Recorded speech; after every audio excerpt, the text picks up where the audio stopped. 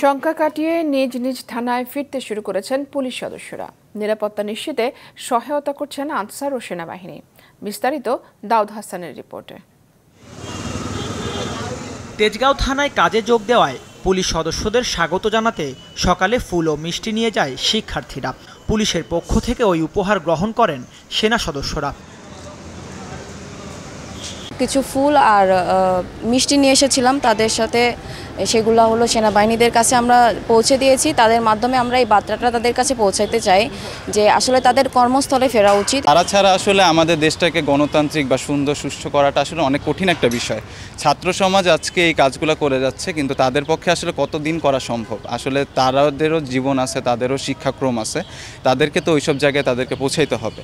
তো এইগুলো পুলিশ প্রশাসনের কাজ। পুলিশ প্রশাসন আস্তে আস্তে তাদের কার্যকলাপ শুরু করুক। বাংলাদেশে যে অরাজক একটা পরিস্থিতির সৃষ্টি হয়েছে, যা কিছু হচ্ছে তার কন্ট্রোলে নেওয়ার জন্য আমরা আপনাদের কাছে অনুরোধ করছি। কয়েকদিনের অচল অবস্থা কাটিয়ে ধীরে ধীরে স্বাভাবিক হতে শুরু করেছে রাজধানীর বিভিন্ন থানা। এরই মধ্যে সাধারণ ডায়েরি সহ কিছু কার্যক্রম শুরু হয়েছে। পুলিশকে সহায়তার জন্য আছে সেনাবাহিনীও। তবে এখনও পুলিশ সদস্যদের মধ্যে কাটেনি আতঙ্ক। দেশের থানাগুলোর কার্যক্রম স্বাভাবিক করতে পরিষ্কার পরিচ্ছন্নতা সহ নানা সহযোগিতা দিচ্ছে শিক্ষার্থীরা। স্বেচ্ছাসেবকের কাজ করতেছি, পরিষ্কার মানে সবাই ভাঙাচোরা করতে সরকারি সম্পত্তি বলে এগুলো কর্তব্য আমাদের, এগুলো পরিষ্কার করা।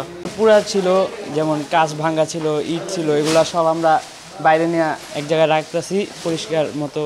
এগুলো যা যা আছে আর কামেরগুলা ওগুলা সব আলাদা একটা র্যাকের ভিতরে রেখে দিচ্ছি। স্টুডেন্টরা হয়েছে, বড় ভাইরা সমবেত হয়েছে, হ্যাঁ, তো এদের সহযোগিতা করে আমরা দেখা যায় যে সমস্ত থানার যে পোড়া যে ধ্বংসযজ্ঞ এগুলো আমরা সাফ করতেছি, যেন অ্যাজ সুন অ্যাজ পসিবল আমাদের আইনগত জীবনটা স্বাভাবিক হয়ে যায়। ছাত্র ভাইয়েরা গত 2 দিন অথবা 3 দিন থেকে চেষ্টা করতেছিল যে অথরিটির সাথে কানেক্ট করে এই পরিবেশটা ঠিক করার জন্য। সেই তাগিদে তারা আসছে এবং তাদের অভিভাবক হিসাবে আমি তাদের সাথে সংযুক্ত হয়েছি।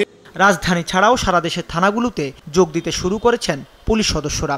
মানিকগঞ্জ সদর থানায় 80 জনের মধ্যে যোগ দিয়েছেন 30 জন। যশোরে সীমিত পরিসরে সেবা দিতে শুরু করেছে পুলিশ। কুমিল্লার বিভিন্ন থানায় সীমিত পরিসরে কার্যক্রম শুরু হয়েছে। সিলেট মেট্রোপলিটন পুলিশের 6 থানার কার্যক্রম সকাল থেকে শুরু হয়।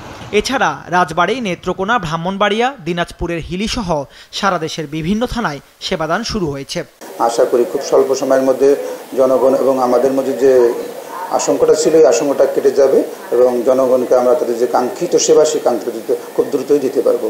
আমার অনুরোধ থাকবে পুলিশ ভাইদের প্রতি যে আপনারা আপনাদের স্ব কাজে ফিরে আসেন, কারণ আপনারা জনগণের বন্ধু, জনগণের পাশে দাঁড়ানোই আপনাদের কাজ।